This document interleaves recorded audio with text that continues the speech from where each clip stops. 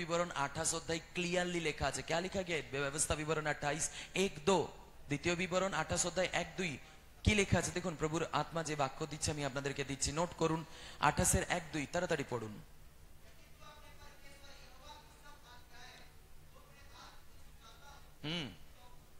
Mic में पढ़िए एक एक वर्ड पढ़िए हाँ यदि तू अपने परमेश्वर यहोवा की सब आज्ञाएं जो मैं आज तुझे सुनाता हूं चौकसी से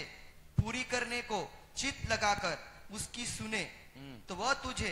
पृथ्वी की सब जातियों में श्रेष्ठ करेगा। ओके ओके ओके ओके बांग्लाয়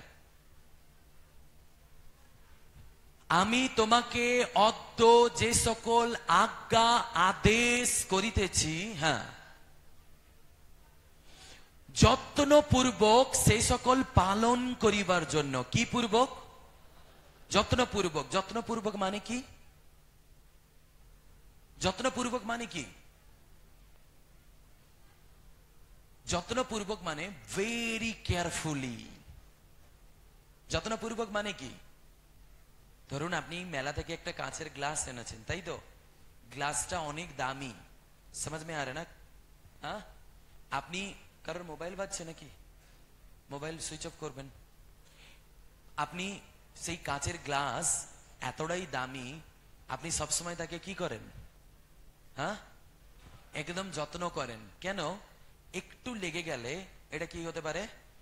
ভেঙে যেতে পারে সামটাইম কিছু লোকেরা সেগুলোকে ইউজও করে না এত দামি বলে তারা সব সময় গুছিয়ে রাখে তাই তো কেন কারণ একটু লেগে গেলে ভেঙে যেতে পারে সামটাইম তারা যখন সেটাকে ওয়াশ করে খুব আস্তে আস্তে তাই তো কেয়ারফুলি কেন কারণ এটা ভেঙে যাওয়ার চান্স আছে এটাকে কি বলা হয় যত্নপূর্বক বাট আমরা প্রভুর রাজ্যে কি করি আমাদের প্রভুর রাজ্যে প্রভু কি বলছে এত ইম্পর্টেন্ট নয় আমরা কি করি আমাদের মন যখন যেটা বলে আমরা সেটা করি কখনো আমাদের মন হয় আজকে প্রভুর বাক্য শুনবো আমরা শুনে ফেলি কখনো মন হয় আজকে প্রভুর বাক্য পালন করব করি বাট আফটার দ্যাট আমাদের যেরকম ইচ্ছা আমরা কি করি সেরকমই চলি কিন্তু প্রভু কি লেখা আছে যত্নপূর্বক ভেরি কেয়ারফুলি মানে আপনি বেশি ধ্যান কিসের উপরে দিচ্ছেন কে কি বলছে তা নয় কিন্তু প্রভুর বাক্য আমাকে কি বলছে এটার উপরে আমাকে বেশি কি করতে হবে যত্নপূর্বক ধ্যান দিতে হবে হ্যাঁ তারপরে যদি তুমি সদাপ্রভুর রবে ধ্যান দিয়ে সদাপ্রভুর বাক্য কি বলছে परमेश्वर क्या बोल रहे কি বলছে যদি তুমি শুনো হ্যাঁ তারপরে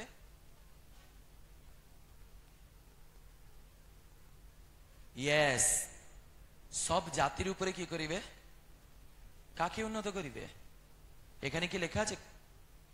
খ্রিস্টান লোকদেরকে উন্নত করিবে কেবল কাকে কার কার বিষয় লেখা আছে যে ব্যক্তি যত্নপূর্বক তার আজ্ঞাকে পালন করবে যে ব্যক্তি ধ্যানপূর্বক তার রবকে শুনবে সদাপ্রভুর নিয়মের বিরুদ্ধে যাবে না সদাপ্রভুকে দুঃখ দেবে না সেই ব্যক্তি কি হবে পৃথিবীর সব জাতির উপরে উন্নত হবে হালেলুয়া হালেলুয়া তবু খ্রিস্টকে মানা লোকরা আজকে অবনত অবস্থায় আছে খ্রিস্টকে মানা লোকরা তারা উন্নতিকে লাভ করতে পারছে না নিজেদের আত্মিক জীবনে খ্রিস্টকে মানা লোকরা